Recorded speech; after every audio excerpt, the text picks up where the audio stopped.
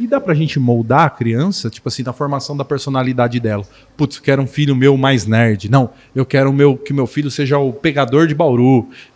Dá pra gente moldar a criança na personalidade. E isso daí é perigoso, porque assim, você consegue influenciar na formação, na personalidade de um ser humano, assim?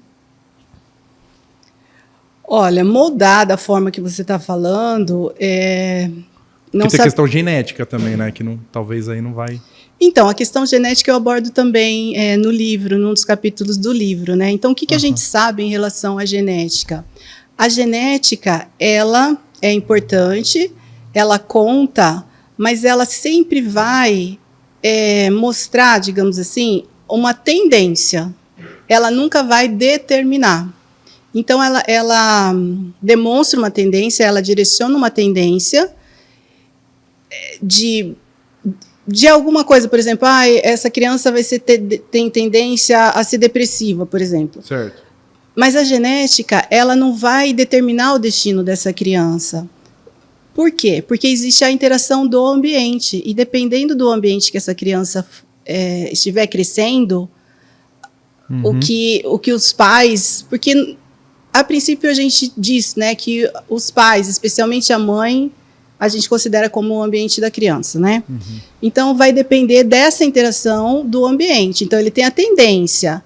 Aí, acontece coisas na vida dessa criança. Por exemplo, uma negligência parental, ou, às vezes, até algum trauma, coisas que acontecem que são imprevistos.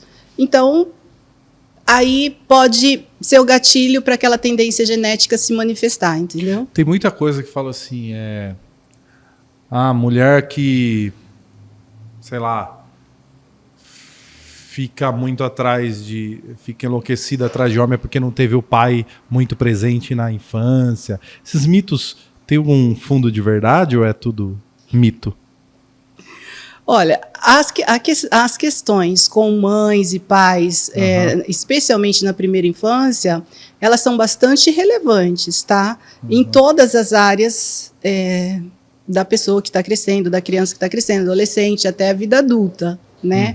Agora, nesse caso que você falou, especificamente, teria que investigar, né? Não dá para falar, afirmar. Não dá. Cada caso é um caso, né? Exatamente, mas é uma grande verdade. Cada um de nós somos únicos. Entendi. Eu sou habilidoso com livros e eu já achei aqui um capítulo 3, que a questão que eu fiz de cabeça, porque eu lembrei da faculdade, você tem um capítulo falando sobre isso. Sobre as fases de desenvolvimento. 5 fases de desenvolvimento infantil. Já consegui. E quais são as 5 fases do desenvolvimento infantil? A primeira fase é a fase oral, a segunda... Que é o quê? A fase oral? Que é alimentação, é isso. Porque a criança só pensa em comer quando nasce, né? Come e chora. A fase oral significa que a libido, né, que é essa energia de vida, essa pulsão de vida que nós temos, que nos impulsiona, né, para a vida, para a sobrevivência, para tudo isso, está concentrada nessa região, na boca da criança. E é muito interessante, por quê? Porque isso vai estimular que ela queira o alimento. Entendi. Então, quando ela coloca o alimento na boca, ela tem prazer. Ela tem prazer, ela sente uma satisfação. Isso ajuda para que ela queira aceitar o alimento, né? Então, por isso que a criança, nessa fase oral, ela vai colocar tudo na boca. Ela chupa o dedo, tudo que ela pega, coloca na boca. Entendi. Por isso. E aí a outra fase é anal. É a fase anal. Que significa o quê, doutora? Doutora não, porque eu não sou doutora, tá? Sim, tá. Ainda. Tá. Mas vamos lá.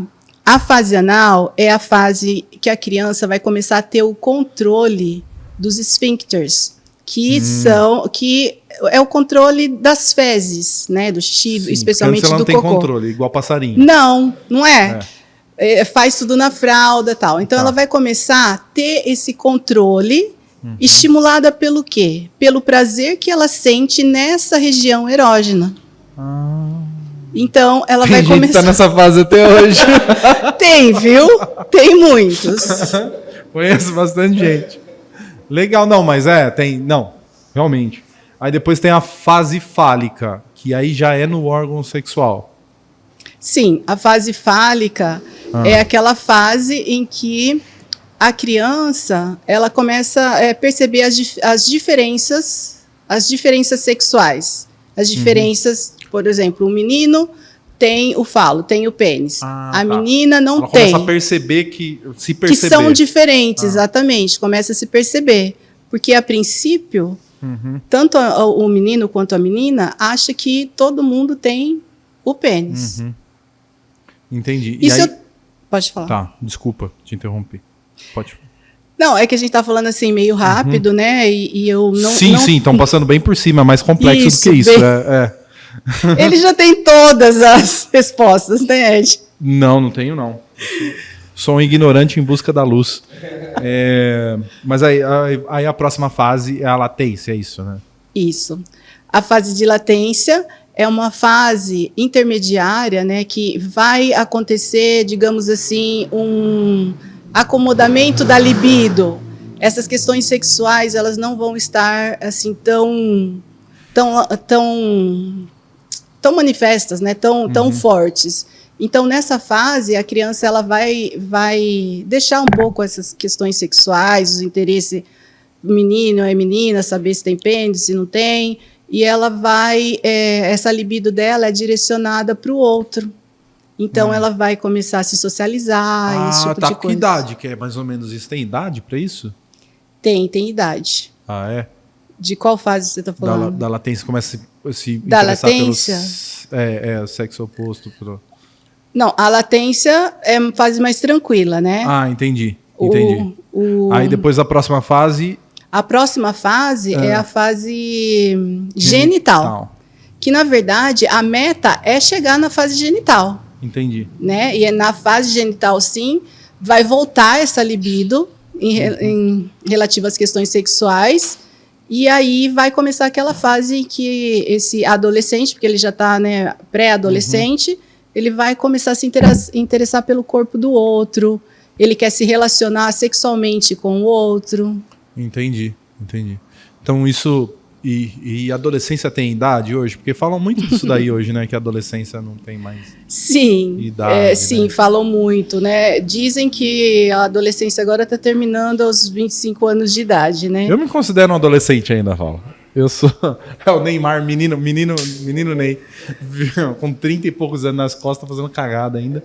É adolescente. Então, mas você sabe... Mas assim, o início é com uns 12 anos, seria 11, 12 anos? A partir de 12, 13 anos, já considera-se a fase da adolescência. Adolescência.